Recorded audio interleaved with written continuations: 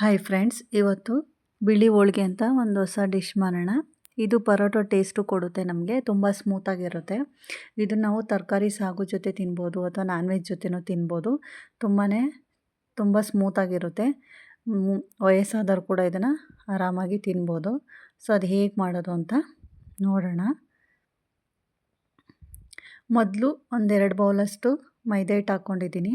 ಸ್ವಲ್ಪ ಸಾಲ್ಟು, ಸ್ವಲ್ಪ 1 spoon oil ಹಾಕ್ಕೊಂಬಿಟ್ಟು, ನಾವು ಚಪಾತಿ ಕಲಿಸ್ತೀವಲ್ಲ ಅದೇ ಥರನೇ, ಬಟ್ ಅದಕ್ಕಿಂತ ಸ್ವಲ್ಪ ಸ್ಮೂತಾಗಿ ಕಲಿಸ್ಬೇಕು. ಆವಾಗ ನಮಗೆ ಬಿಳಿ ಹೋಳಿಗೆ ಸ್ಮೂತಾಗಿ ಬರುತ್ತೆ.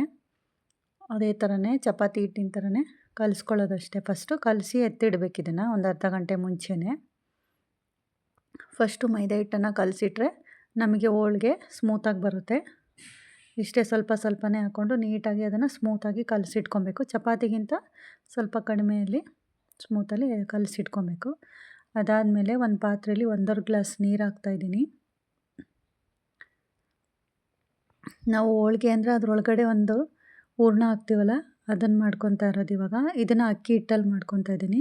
1.5 ಗ್ಲಾಸ್ ನೀರು ಹಾಕ್ಕೊಂಡು ಅದಕ್ಕೆ ಸ್ವಲ್ಪ ಉಪ್ಪು ಹಾಕ್ಬಿಟ್ಟು ಒಂದು ಸ್ವಲ್ಪ ಆಯಿಲ್ ಹಾಕ್ಬಿಟ್ಟು ಗಂಟಾಗಬಾರ್ದು ಅಂತ. ಅದು ಕುದಿ ಬಂದ ಮೇಲೆ ನಾವು ಅಕ್ಕಿ ಹಿಟ್ಟನ್ನ ಯೂಸ್ ಮಾಡಬೇಕು. ಇದಕ್ಕೆ ಮುದ್ದೆ ಥರ ಮಾಡ್ಕೊಬೇಕು, ಬಟ್ ಸ್ಮೂತಾಗಿ ಮಾಡ್ಕೊಬೇಕು. ಗಟ್ಟಿಗೆಲ್ಲ ಮಾಡ್ಕೊಬಾರ್ದು. ನೋಡಿ ಹಾಕ್ಕೊಬೇಕು ನಾವು. ನೋಡಿ, ಈ ರೀತಿ ನೋಡಿ ಹಾಕ್ಕೊಬೇಕು. ಸ್ವಲ್ಪ ಸ್ವಲ್ಪನೇ ಹಾಕ್ಕೊಬೇಕು. ಈ ರೀತಿ ತೆಳ್ಳಗೆ ಇರಬೇಕು. ಅದು ಬೇಯ್ತಾ ಗಟ್ಟಿಗಾಗುತ್ತೆ. ತುಂಬ ಮುದ್ದೆ ಥರ ಗಟ್ಟಿಗೆ ಮಾಡ್ಕೊಬಾರ್ದು. ನೋಡಿ, ಈ ರೀತಿ ಹಲ್ವಾ ಟೈಪಲ್ಲಿ ಮಾಡ್ಕೊಂಡಾಗ ಅದು ಬೇಯ್ತಾ ನಮಗೆ ಕರೆಕ್ಟಾಗಿ ನಮಗೆ ಬೇಳೆ ಹೂರ್ಣ ಯಾವ ರೀತಿ ಇರುತ್ತೋ ಆ ರೀತಿ ಬರೋವಾಗಷ್ಟೇ ನಾವು ಇದನ್ನು ಮಾಡ್ಕೊಬೇಕು. ಹಾಗಾಗಿ ನೋಡಿ ಹಿಟ್ಟನ್ನ ಹಾಕ್ಕೊಂಡು ನಾವು ಮಾಡ್ಕೊಬೇಕು. ಅದು ಬಾಣಲಿಯಿಂದ ಬಿಡಬೇಕು. ಅಷ್ಟು ನೀಟಾಗಿ ಅದನ್ನು ಬೇಯಿಸ್ಕೊಬೇಕು. ಹಲ್ವ ಥರ ನೀಟಾಗಿ ತಿರುಗಿಸಿ ಬೇಯಿಸ್ಕೊಂಡಾದಮೇಲೆ ಅದು ಬಾಣಲಿಯಿಂದ ಆಚೆ ಬರಬೇಕಂದ್ರೆ ಪೂರ್ತಿ ಬೆಂದೋಗ್ಬೇಕದು, ಇಲ್ಲಾಂದರೆ ಚೆನ್ನಾಗಿರಲ್ಲ. ಈ ರೀತಿ ನೀಟಾಗಿ ಮಾಡಿಕೊಂಡು ಇದನ್ನು ತಟ್ಟೆಗೆ ಹಾಕ್ಕೊಂಡು ನೋಡಿ, ಬಾಣಲಿಯಿಂದ ಈ ರೀತಿ ಹೊರಗೆ ಬಂತು ಅಂದರೆ ಅದು ನಮಗೆ ಬೆಂದಿದೆ ಅಂತ. ಸ್ಮೂತಾಗೇ ಇರಬೇಕು, ಗಟ್ಟಿಯಾಗಿ ಮುದ್ದೆ ಥರ ಮಾಡ್ಕೊಬಾರ್ದು. ನೋಡಿ, ಈ ರೀತಿ ಕೈಗೆ ನಾವು ಮುಟ್ಟಿದರೆ ಅದು ಅಂಟೋದೇ ಇಲ್ಲ. ನೋಡಿ, ತಟ್ಟೆಯಿಂದ ಹೊರಗೆ ಬರುತ್ತೆ ಮತ್ತು ಕೈಗೆ ಅಂಟೋದೇ ಇಲ್ಲ. ಈ ರೀತಿ ಒಂದು ತಟ್ಟೆಗೆ ಹಾಕ್ಕೊಂಡು ನೀಟಾಗಿ ಅದನ್ನು ನಾದ್ಕೊಂಡ್ರೆ ನೈಸಾಗಿರುತ್ತೆ. ಹೋಳಿಗೆ ಹೂರ್ಣ ಇರುತ್ತಲ್ಲ, ಆ ರೀತಿ ನಾವು ಮೊದಲು ಅದನ್ನು ಉಂಡೆ ಮಾಡಿ ಒಂದು ಸ್ವಲ್ಪ ಕೈಗೆ ಆಯಿಲ್ ಹಚ್ಕೊಂಡು ಉಂಡೆ ಮಾಡಿ ಇಟ್ಕೊಬೇಕು. ಅದನ್ನು ಬಿಸಿರುವಾಗಲೇ ಅದನ್ನು ಸಮ ಮಾಡ್ಕೊಂಡು ಇಟ್ಕೊಬೇಕು. ತಣ್ಣಗಾಗಬಾರ್ದು ಅದು.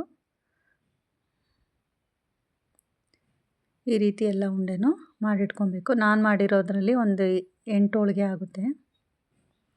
ಯಾವುದೇ ಕಾರಣಕ್ಕೂ ಅಂಟಬಾರ್ದು. ಆ ರೀತಿ ನಾವು ಒಳಗಡೆ ಹಾಕೋದನ್ನು ಬೇಯಿಸ್ಕೊಂಡಿರ್ಬೇಕು. ಅಕ್ಕಿ ಹಿಟ್ಟಿನ ಹೂರ್ಣ ಅದು ಹೂರ್ಣ ಥರನೇ ನಮಗಿರಬೇಕು ಸ್ಮೂತಾಗಿ. ಇದು ಕೂಡ ಸ್ಮೂತಾಗಿರುತ್ತೆ.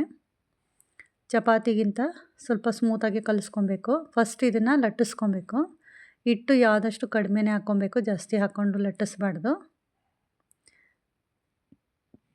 ಫಸ್ಟು ಸ್ವಲ್ಪ ಚಿಕ್ಕದಾಗಿ ಲಟ್ಟಿಸ್ಕೊಂಡು ಅದ್ರ ಮಧ್ಯದಲ್ಲಿ ನಾವು ಅಕ್ಕಿ ಹಿಟ್ಟಿನ ಮಾಡ್ಕೊಂಡಿರ್ತೀವಲ್ಲ ಹೂರ್ಣ, ಅದನ್ನ ಇಟ್ಕೊಂಡು ನಾರ್ಮಲಾಗಿ ಮತ್ತೆ ನಾವು ಅದನ್ನು ಲಟ್ಟಿಸ್ಕೊಂಡು ಹೋಗ್ಬೇಕು. ಎಷ್ಟು ತೆಳ್ಳಗೆ ಬೇಕೋ ಅಷ್ಟು ತೆಳ್ಳಗೆ ನಾವು ಇದನ್ನು ಲಟ್ಟಿಸ್ಬೋದು. ತುಂಬ ದಪ್ಪ ಮಾಡಬಾರ್ದು. ಇದು ಹೋಳಿಗೆ ಥರನೇ ಸ್ಮೂತಾಗಿ ಬರುತ್ತೆ. ಸಾಗು ಜೊತೆ ತಿನ್ಬೋದು, ತುಂಬಾ ಚೆನ್ನಾಗಿರುತ್ತೆ. ಚಪಾತಿ ಮಾಡಿ, ಪೂರಿ ಮಾಡಿ, ರೊಟ್ಟಿ ಮಾಡಿ ಬೇಜಾರಾದಾಗ ಈ ರೀತಿ ಒಂದು ಮಾಡ್ಕೊಂಡು ತಿನ್ಬೋದು. ಇದು ಟಿಫನ್ನಿಗೆ ಮಾಡ್ಬೋದು. ನಾನ್ ವೆಜ್ಗೂ ಕೂಡ ಚೆನ್ನಾಗಿರುತ್ತೆ. ನಾನ್ ವೆಜ್ ತಿನ್ನೋರು ಕೂಡ ಒಂದು ಸಲ ಟ್ರೈ ಮಾಡ್ಬೋದು.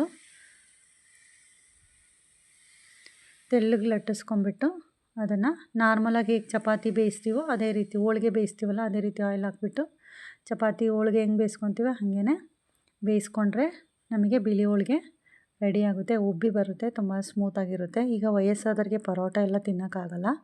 ಸೊ ಅವ್ರಿಗೆ ಈ ಥರ ಮಾಡಿಕೊಟ್ರೆ ಮಕ್ಕಳಿಗೆ, ಅವರಿಗೆ ಇದು ತುಂಬಾ ಸ್ಮೂತಾಗಿರುತ್ತೆ ತಿನ್ನೋದಕ್ಕೆ. ಸೊ ಒಂದು ಸಲ ನೀವು ಮನೆಯಲ್ಲಿ ಟ್ರೈ ಮಾಡಿ, ತುಂಬಾ ಟೇಸ್ಟಿಯಾಗಿರುತ್ತೆ. ಪರೋಟ ತಿನ್ನೋ ಥರನೇ ಅನ್ನಿಸ್ತಾ ಇರುತ್ತೆ. ತರಕಾರಿ ಸಾಗು ಜೊತೆ ತಿನ್ಬೋದು. ನಾನ್ ವೆಜ್ ಬೇಕು ಅಂದರೆ ನಾನ್ ವೆಜ್ಜಿಗೆ ಕೂಡ ಇದನ್ನು ತಿನ್ಬೋದು. ಒಂದು ಸಲ ಟ್ರೈ ಮಾಡಿ, ತುಂಬಾ ಸ್ಮೂತಾಗಿ ಬರುತ್ತೆ. ನೀಟಾಗಿ ಬೇಯಿಸ್ಕೊಬೇಕು ಮಾತ್ರ.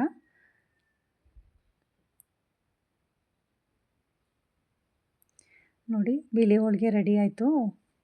ಸಾಗು ಜೊತೆ ನಾನು ಮಾಡಿದ್ದೀನಿ. ಮಿಕ್ಸ್ಡ್ ತರಕಾರಿ ಸಾಗು ಮಾಡಿದ್ದೆ.